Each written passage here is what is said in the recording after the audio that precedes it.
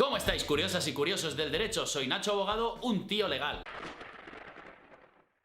Hoy voy a explicaros la nueva sentencia del Tribunal Supremo del 25 de septiembre de 2020 que ha condenado a Glovo, esta startup que muchos conocéis, a que sus trabajadores no son autónomos, sino que son personal asalariado, una relación laboral de carácter común. Y esta sentencia, al margen de que podamos hablar de los falsos autónomos, que es lo que os quiero explicar, va a tener una relevancia importantísima en el mundo. ¿Por qué? Pues mirad, Glovo se trata de una startup tecnológica que se trata de, o teóricamente hacía una intermediación, ¿no?, entre un supuesto cliente y el repartidor. Pero claro, ¿cuántas empresas de este tipo a día de hoy existen? Glovo, bueno, Uber y Cabify son empresas distintas, pero que han tenido problemas similares, pero también estaría Deliveroo o muchísimas otras nuevas startups tecnológicas. A día de hoy, digamos que la economía, esta economía colaborativa que existe, pues bueno, utiliza esta fórmula, es decir, trabajadores autónomos, como forma de prestar servicios. Se utilizan relaciones de carácter mercantil y no laboral. ¿Por qué? Pues porque tiene una serie de ventajas, ¿cómo no? Por lo tanto, muchísimas startups yo creo que van a estar temblando porque en España ya el Supremo acaba de decir esto. Pero el Supremo, ¿qué ha hecho? Pues lo que ha hecho ha sido casar sentencias que existían contradictorias. ¿Por qué? Pues porque la propia ley lo que te impide,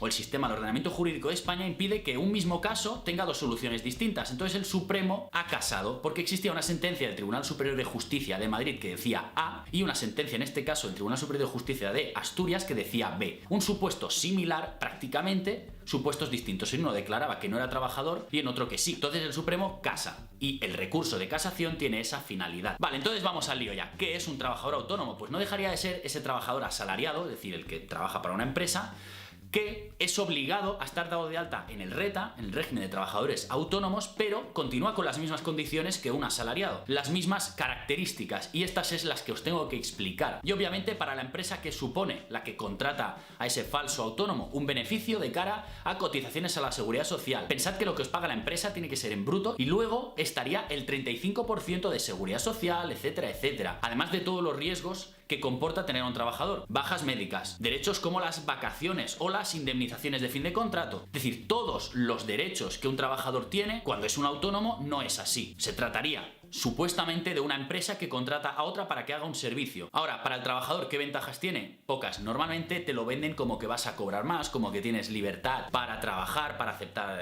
trabajo, más facilidad horaria. Entonces te endulzan un poco el oído ahí diciendo que pues tú vas a tener capacidad de trabajar para estos o para otras empresas, pero la realidad es que no suele ser así y al final suelen ser asalariados, es decir, trabajadores normales y corrientes dados de alta como autónomos, falso autónomo. Y una de las diferencias también obviamente es que cuando eres autónomo cobrarías a través de facturas y cuando eres asalariado una nómina. Pero las notas características que definen una relación laboral y que un falso autónomo tendría serían las siguientes. Por un lado, la voluntariedad del trabajo. Esto propiamente no lo define. Tanto el trabajador autónomo como un asalariado van a trabajar de forma voluntaria. Y luego la retribución. Otra de las características muy importantes que sería que a cambio de un trabajo hay una retribución, un pago de un salario, pero bueno, puede ser salario, puede ser factura. Entonces, estas dos características no son las más definitorias, las que declararían o las que se suelen valorar para ver si eres un autónomo o un falso autónomo, sino que estamos ante los dos siguientes, que sería la dependencia y la ajeneidad. A priori, cuando se contrataría por una empresa un trabajador autónomo, este tendría la libertad para hacer el trabajo como le diera la gana. Pensad en una empresa gigante de reparto, un almacén que contrata a diversos trabajadores, repartidores autónomos que tienen su furgoneta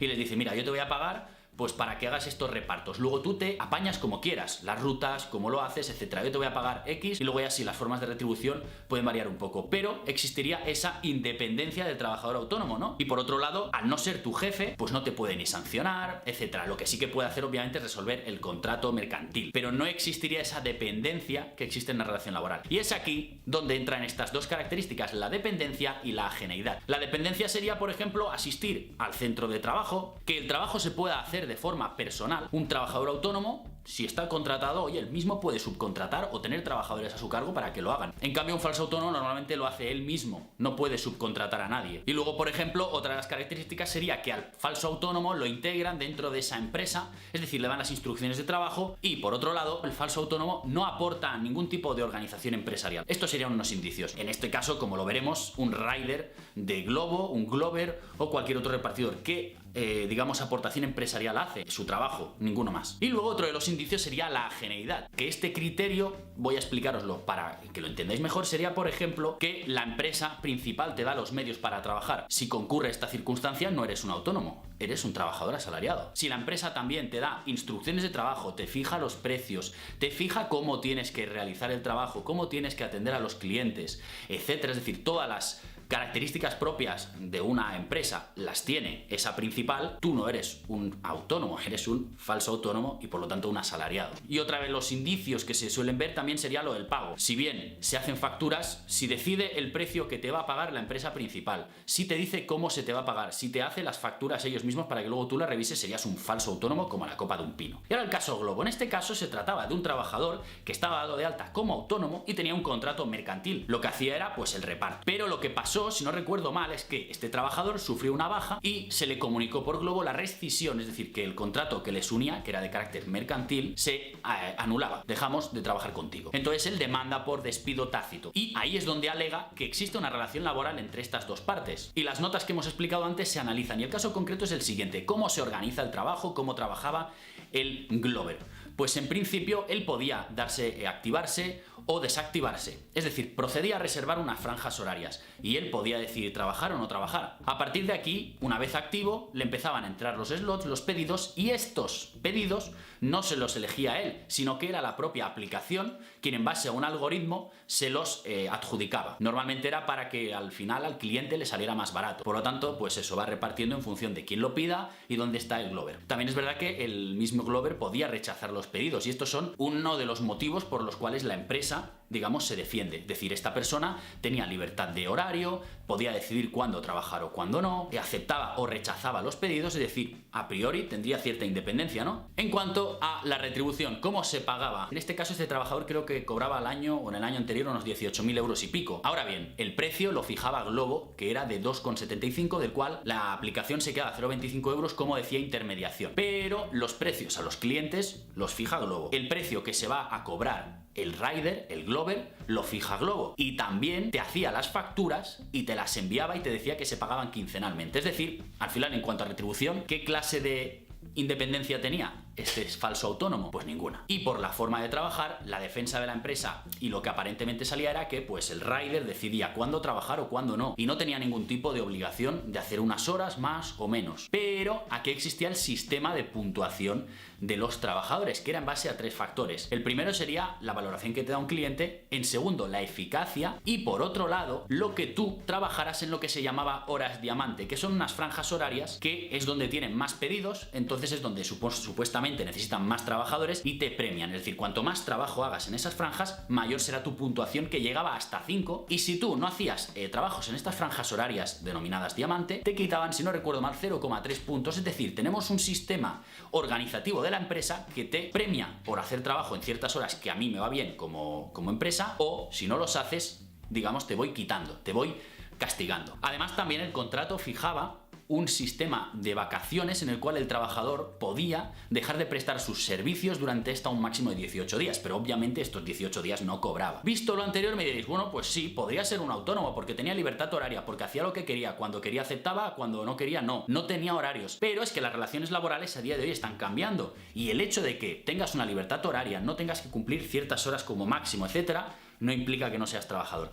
Y es aquí donde entra. En cuanto a la libertad horaria, establece que está condicionada. ¿Y qué me dirás? ¿Por qué? Pues sí que podía hacer lo que quería, pero en cuanto, por ejemplo, dejaba de prestar servicios en las franjas horarias que él había reservado o no realizaba servicios en las franjas diamante, se le empezaban a descontar puntos, lo que implicaba que ese trabajador en un futuro no recibiría tantos pedidos. Es decir, menos trabajo, menos pedidos y menos dinero. ¿Y entonces qué pasaba? Pues muy sencillo, que al final lo que existía era un sistema de condicionamiento del trabajo y un sistema de puntuación penalización. Cuanto más trabajabas en las horas que a mí me interesaba, más te puntúo. Cuando menos trabajo realizabas, menos te puntúo. Y esto sería una nota definitoria, es decir, lo que definiría una relación laboral entre una empresa y un asalariado. Por otro lado, la geolocalización. El trabajador Glover estaba todo el rato geolocalizado, se sabía cuánto trabajaba, las horas, los kilómetros que hacía. Esto no deja de ser control horario, control del trabajo. Una nota característica de una relación relación laboral normal y corriente. Además, tenía cierta independencia porque dices, acepta pedidos y los rechazas. Sí, pero es que la aplicación te decía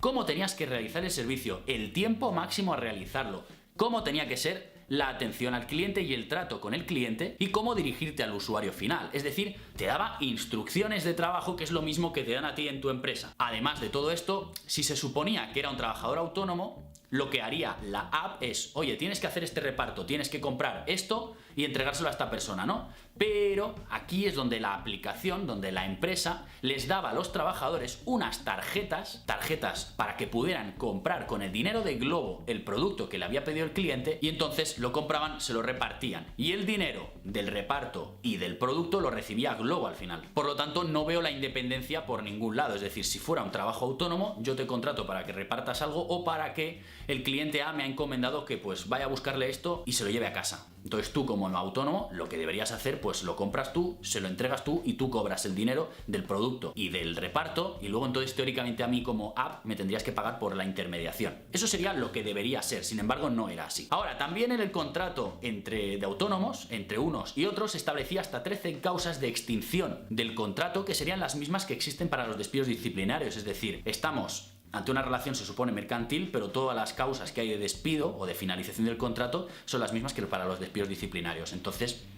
vemos que lo que sería el poder de dirección, es decir, la capacidad de una empresa de despedir a alguien porque no cumpla con ciertos requisitos, la mantienen igual. Además, ya os digo, Glovo también tenía el control de todo, absolutamente todo, los contratos comerciales, con quién tenía relaciones comerciales, cómo fijaba los precios, lo cual al final pues nos determina que el autónomo, es decir, el supuesto falso autónomo, qué independencia tenía, qué capacidad de decisión tenía, ninguna. Y esto implica la ageneidad, es decir, la capacidad de decisión que tiene el falso autónomo. Si tú no puedes fijar los precios, no puedes fijar las tarifas, ni lo que vas a cobrar, básicamente es decir, tú aceptas lo que te dice la empresa principal, pues aquí nos salta un poco la alarma. Y la conclusión, que Glovo no es una intermediadora entre un cliente y un repartidor, y él se lleva una comisión, sino lo que es un empresario de toda la vida. Realiza el control a sus trabajadores, les dice cómo tiene que trabajar, les dice cuánto va a cobrar, es decir, le fija el precio. Además, y ya como otra de las características claves, es que el Glover, el repartidor, no hace ningún tipo de aportación empresarial. Imaginad, ya os he dicho, en una empresa A de productos, yo que sé, que vende productos y encarga a un autónomo repartidor que los reparta. Pues por ejemplo, autónomo tendría su furgoneta, tendría a lo mejor más trabajadores, tendría una organización empresarial, a lo mejor tiene un almacén, por lo tanto ahí hay cierta aportación de organización empresarial, pero en este caso quien aporta todo el valor empresarial es Glovo con su aplicación, que ha tenido un desarrollo brutal, que han tenido que invertir un montón de dinero, y el rider lo único que hace es su trabajo. Pues estos serían los criterios que el Supremo han utilizado para determinar que los Glovers pues son trabajadores. Y hasta aquí el vídeo de hoy, amigos. Si os ha gustado, dadle un like, suscribíos al canal y nos vemos en próximos vídeos.